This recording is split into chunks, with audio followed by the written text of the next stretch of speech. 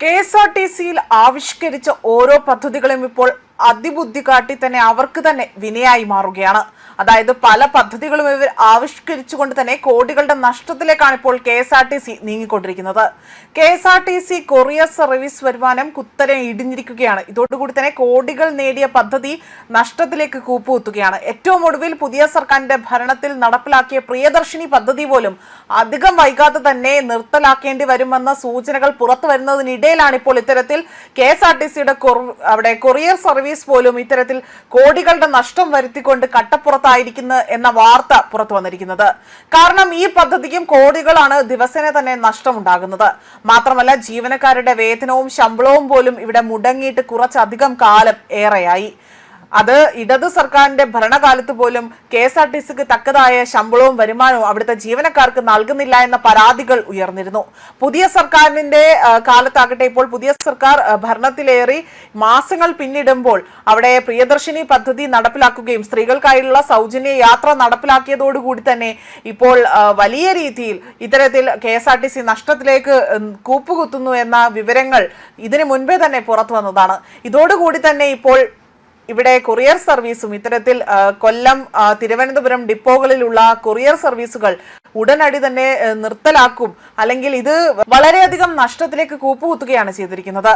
മാത്രമല്ല ഇപ്പോൾ ഇത്തരത്തിലൊരു രീതിയിൽ ഇത് കുറെ അധികം നാളായി തന്നെ ഇത്തരത്തിൽ ഈ നീക്കം ഇങ്ങനെ നടക്കുന്നതിനാൽ തന്നെ ഇതിൽ നടപടിയില്ലാത്തതിനാൽ വലിയ പ്രതിസന്ധിയാണ് കെഎസ്ആർടിസി നേരിടുന്നത്.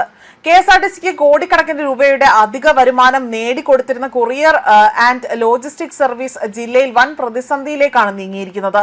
കെഎസ്ആർടിസി നേരിട്ട് നടത്തിയിരുന്ന സമയത്ത് കൊല്ലം ഡിപ്പോയിൽ പ്രതിദിനം 20,000 രൂപ വരെ കളക്ഷൻ ലഭിച്ചിരുന്ന സേവനമാകട്ടെ സ്വകാര്യവൽക്കരണത്തിന് പിന്നാലെ തന്നെ ഇപ്പോൾ 5,000 രൂപ അവിടെ താഴെയായി തന്നെ ചുരുങ്ങുകയാണ് ചെയ്തിരിക്കുന്നത് എന്നതാണ് റിപ്പോർട്ടുകൾ സൂചിപ്പിക്കുന്നത്.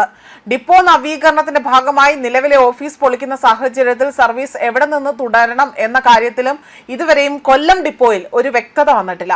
നിലവിൽ കൊല്ലം ഡിപ്പോയിൽ വെറും ഒരു രീതിയിൽ ഇത്തരത്തിൽ കൊറിയർ സർവീസിലേക്ക് വെറും ഒരു ജീവനക്കാരൻ മാത്രമാണ് ദിവസക്കൂലിക്കായി തന്നെ ജോലി ചെയ്യുന്നത്.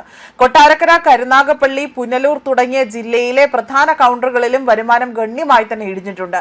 2025 സെപ്റ്റംബറിൽ സ്വകാര്യ കമ്പനിക്ക് നടത്തിയ അല്ലെങ്കിൽ അത് സ്വകാര്യ കമ്പനിക്ക് നടത്തിപ്പ് കൈമാറ്റം വന്നതോടെയാണ് മികച്ച നിലയിൽ പ്രവർത്തിച്ചിരുന്ന സർവീസ് താളം തെറ്റിയത് എന്നതാണ് വിലയിരുത്തൽ അല്ലെങ്കിൽ ഒരു വിമർശനം ഉന്നയിക്കുന്നത്.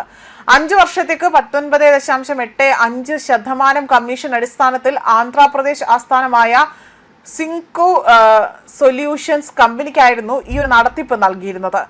പിക്കപ്പ്, ഡോർ ഡെലിവറി പോലുള്ള അധിക സേവനങ്ങൾ വാഗ്ദാനം ചെയ്തിരുന്നെങ്കിൽ പോലും 11 മാസം പിന്നിട്ടിട്ടും അവ യാഥാർത്ഥ്യമായിട്ടില്ല.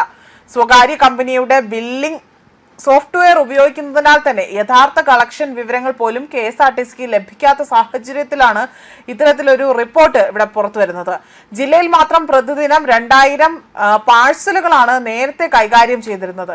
പാഴ്സൽ നീക്കത്തിന് റൂട്ട് ബസ്സുകൾ തന്നെ ഉപയോഗിച്ചതിനാൽ അധിക ചിലവുമില്ലായിരുന്നു. സ്വകാര്യ കൊറിയറുകളെക്കാൾ 30% കുത്തനെ ആ ഒരു ഉയരുന്നതിനേക്കാൾ കുറഞ്ഞ നിരക്കിൽ തന്നെ 16 മണിക്കൂറിൽ കേരളത്തിൽ എവിടെയും ഡെലിവറി നൽകിയിരുന്ന ജനങ്ങൾക്ക് ഇത് വലിയൊരു ആശ്വാസം പകരുന്ന വാർത്തയായിരുന്നു.